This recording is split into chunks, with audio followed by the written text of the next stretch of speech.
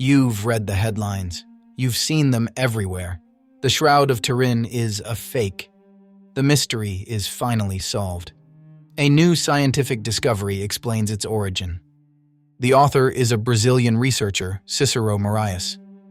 His thesis, the face on the shroud, was created by pressing linen onto a bas-relief, a statue. A computer simulation presented as the final word on 2,000 years of mystery. End of the story.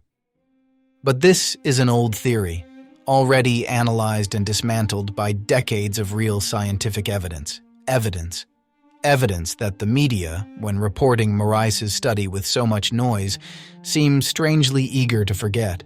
But in this video, we'll do exactly the opposite. We won't show you a simulation. We'll show you the physical, chemical, and forensic proofs that Cicero Moraes' study and the media are deliberately ignoring. Proofs that not only dismantle the bas-relief theory piece by piece, but reveal how the image on that cloth is something scientifically impossible and spiritually overwhelming.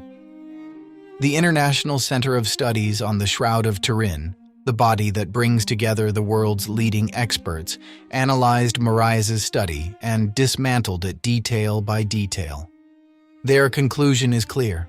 The methodology is weak. The conclusions rely on a digital model that ignores the real physical and chemical properties of the cloth, and no experimental evidence is ever presented. It's a simulation, a hypothesis built upon another hypothesis. To understand why this image continues to resist every attack, we must go beyond the headlines. We must enter the heart of the enigma, where science surrenders and mystery begins.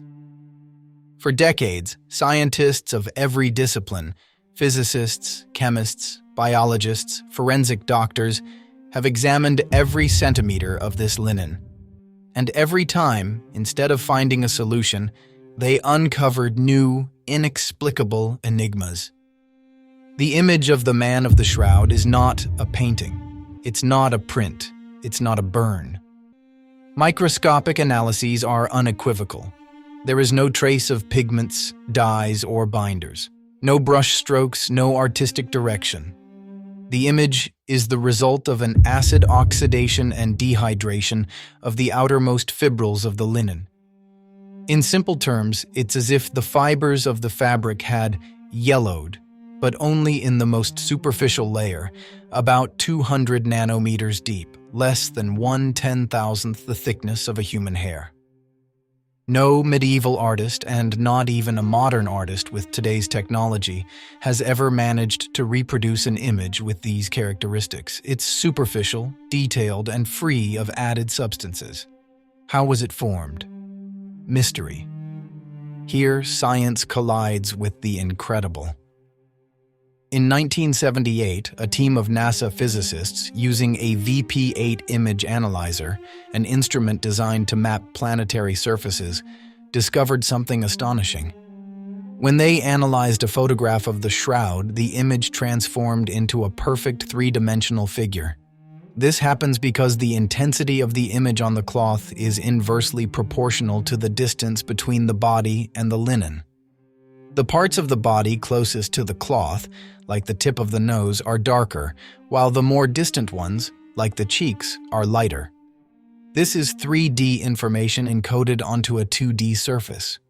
A painting, a photograph, or an imprint left by a bas-relief is two-dimensional. Under the VP8, they appear distorted and meaningless. The shroud image instead contains precise 3D data, as if it had been produced by some form of radiation or a burst of energy emanating from the body itself. The bas-relief theory collapses in the face of this evidence. But the shroud does not only hold an image, it also holds bloodstains. And these stains tell another story, even more powerful. Chemical analyses have confirmed beyond any doubt that this is real human blood, type AB. It is not red ochre or artistic pigment, as skeptics have claimed. It contains hemoglobin, albumin, and other human proteins. But there is more. The blood shows an extremely high concentration of bilirubin, a substance produced by the liver under extreme stress and trauma. It is the forensic signature of a man tortured to death. And the most inexplicable discovery is this. Stratigraphic analyses have shown that the blood was deposited on the cloth before the image was formed. The image did not burn or alter the bloodstains beneath. It's as if the blood protected the fabric from the energy that generated the image. A medieval forger would have had to first apply real blood with perfect anatomical precision and then, with an unknown technology, create a three-dimensional image around the bloodstains without disturbing them. It is simply absurd. The man of the shroud was fully wrapped in the cloth. The blood that flowed from the wounds formed perfectly sharp stains. If the body had simply been removed or had decomposed, these clots would have broken, smeared, smudged. Instead, they are intact, as if the body had literally dematerialized, passing through the cloth without physical contact. There are no signs of decomposition, which would normally begin within 36 to 40 hours. This suggests that the body remained in the shroud for a very short time and then disappeared. This is not theological speculation. It is a forensic deduction based on evidence. Something extraordinary happened in that tomb. And what about the blood type? AB. Today it is relatively rare, but more common in the Middle East. The extraordinary fact is that it is the exact same blood type found in numerous scientifically studied Eucharistic miracles, such as the one in Lanciano, Italy, or the one in Buenos Aires, analyzed when Pope Francis was still Archbishop. A coincidence? Or a silent signature, a red thread woven by God through the centuries to speak to us?